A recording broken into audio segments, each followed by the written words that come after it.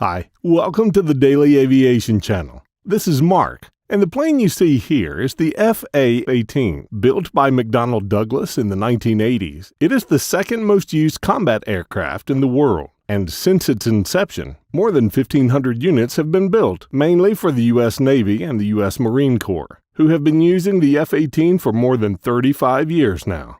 Greatly improved in the 1990s with the F-18 Super Hornet version, it is still considered to be one of the most successful aircraft of its generation. The F-18 Hornet's ancestor was the YF-17, a prototype created at the beginning of the 1970s for the U.S. Air Force program called Lightweight Fighter. Unfortunately, the YF-17 lost against the YF-16 project in 1975. But a few months after this failure, the U.S. Navy started looking for an aircraft that could succeed its A-7 and F-4, but also help the F-14 Tomcat during its missions. The Navy quickly became interested in the YF-17 prototype and in 1976 decided to retain it as its primary aircraft. But after much discussion, the U.S. Navy only retained the general configuration of the YF-17. And asked Northrop and McDonnell Douglas to make significant changes to the aircraft in order to make it compatible with its needs. The two companies therefore developed a prototype aircraft that was a little smaller than the YF-17, but much heavier. This prototype was quickly named F-18. The F-18 made its first flight on November 18, 1978, but because of several changes that had to be done to satisfy the Navy's needs, the test had to last several years longer. The U.S. Marine Corps and the U.S. Navy would, in fact, not put the F-18 into service until 1983.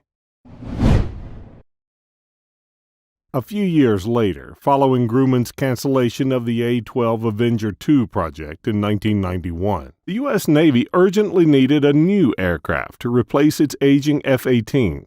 Lockheed Martin proposed its F-117, but the U.S. Navy wasn't interested, and instead selected McDonnell Douglas's project. In fact, McDonnell Douglas simply proposed to improve the current F-18 Hornet by keeping the same plane and modifying it mainly from the inside. This new aircraft was heavier but much more powerful than the original F-18, and although it was a little larger, it kept the general look of the previous F-18. It was equipped with new engines, and its air intakes were modified to improve the air supply, but also to reduce its radar signature. With a length of 60 feet, a height of 16 feet, and a wingspan of 44 feet, the F-18 Super Hornet was specially designed to be used on an aircraft carrier, and has, for example, folding wings so it can be easily parked in hangars, or on a flight deck. Its landing gear was designed to withstand the formidable force of a catapult launch, during which the F-18 is launched at over 170 miles per hour in less than 3 seconds. And to land on the aircraft carrier, the F-18 is equipped with an arresting hook located under the tail. This hook can stop the aircraft in a few feet once it touches the arresting wires laid across the aircraft landing area.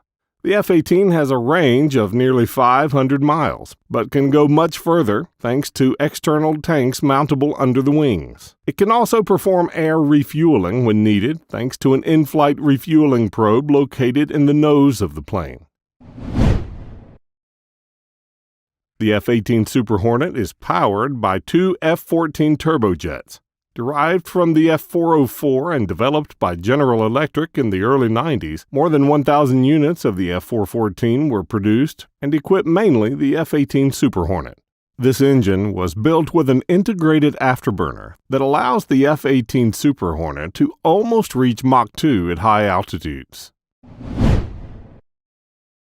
To replace its aging EA-6B Prowler, the U.S. Navy put an electronic warfare version of the F-18 called EA-18 Growler into service in 2009.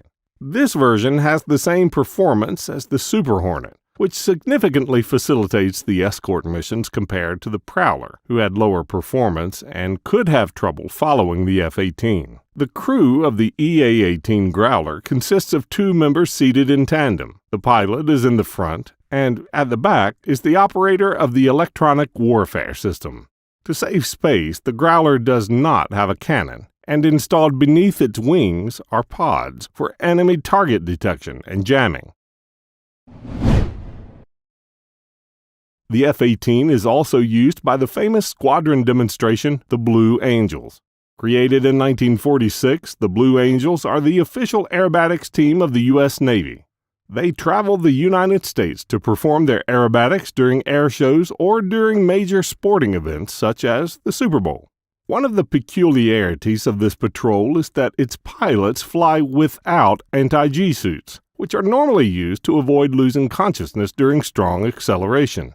This choice is a feat, considering the fact that the Blue Angels aerobatics are among the most impressive performances of this type in the world. The Blue Angels have been using the F-18 Hornet since 1986 and are expected to switch to the F-18 Super Hornet starting in 2021. That's the end of this video. I hope you liked it. If you haven't done so yet, don't hesitate to subscribe to this YouTube channel. It's free. You can also watch my other videos, and if you like my work, you can support me on Patreon to help me produce more content. Thanks, and stay tuned for the next video.